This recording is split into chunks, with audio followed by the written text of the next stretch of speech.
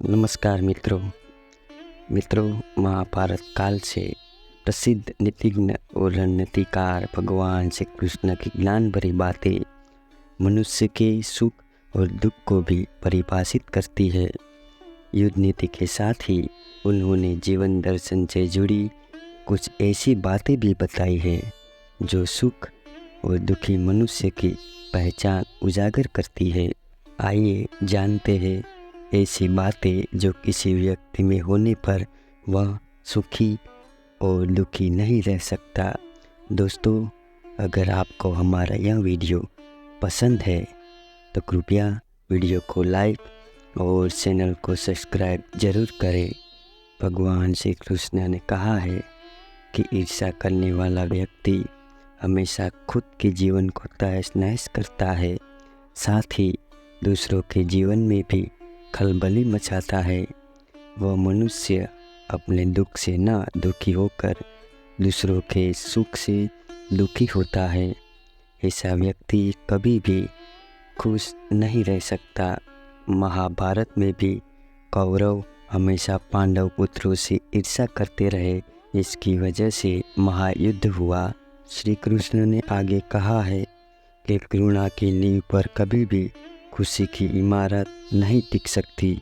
ऐसा व्यक्ति जिसके मन में हमेशा से दूसरों को लेकर घृणा का भाव रहता है, वह कभी भी खुश नहीं रह सकता। घृणा होने पर व्यक्ति अंदर ही अंदर घुटता है और कभी भी अपनी खुशी का एहसास कर ही नहीं पाता। श्री कृष्ण आगे कहते हैं कि ऐसा व्यक्ति जिसके मन में संतोष नहीं है, वह सुख की प्राप्ति कैसे कर सकता है। संतोष ही सुख और खुशी का मुख्य आधार है। व्यक्ति के मन में संतोष रहने पर ही वह खुशी का अनुभव कर सकता है। संतोषी व्यक्ति को न सिर्फ जीवन में आगे बढ़ने का रास्ता मिलता है, बल्कि सफलता हमेशा उसको ही मिलती है। ऐसा मनुष्य जो अपने क्रोध पर काबू नहीं रख सकता, उसे कभी भी सुख की प्राप्ति नहीं हो सकती। क्रोध करने पर वह अपनी खुशी को भी दुख में बदल देता है और दूसरों को परेशान करने के साथ साथ खुद भी दुखी रहता है। क्रोध कायरता का चिन्ह है। क्रोध में व्यक्ति सोचने की समझने की क्षमता लुप्त हो जाती है और वह समाज की नज़रों से गिर जाता है। जो व्यक्ति के अंदर अगर शक का बीज बैठ जाए तो उसको वह पूरी तरह खोखला कर देता है। ऐसा व्यक्ति जो अपने प्रियजनों पर ही शक करता है, वह उनके साथ कभी भी सुख का एहसास नहीं प्राप्त कर सकता। शक मनुष्य और सुख के बीच में दीवार का काम करता है।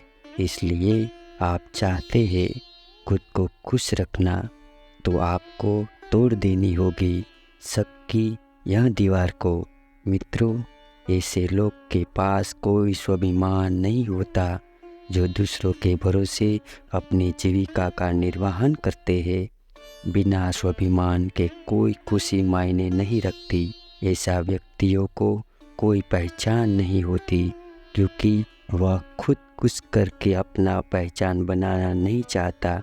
ऐसे व्यक्ति को समाज में सम्मान भी नहीं मिलता जो दूसरों के भरोसे रहते हैं।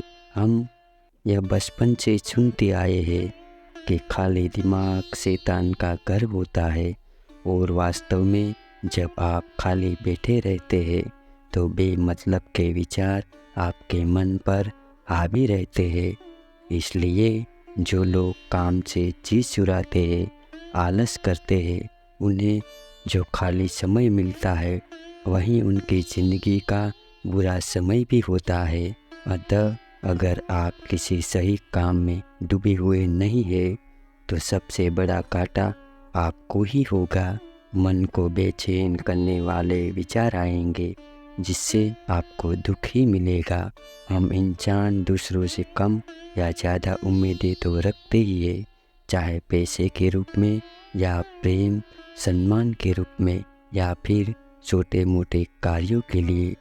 लेकिन अक्सर ऐसा होता है, हम जिस भी कार्य के पूरा करने की उम्मीद दूसरों से करते हैं वह हमारी उम्मीदों के मुताबिक नहीं होता। और फिर हम दुखी हो जाते हैं। तो गीता में भगवान श्री कृष्ण ने कहा है कि उम्मीद ही आपके दुखों का कारण बनती है, इसलिए दूसरों से उम्मीद कम से कम रखिए। धन्यवाद।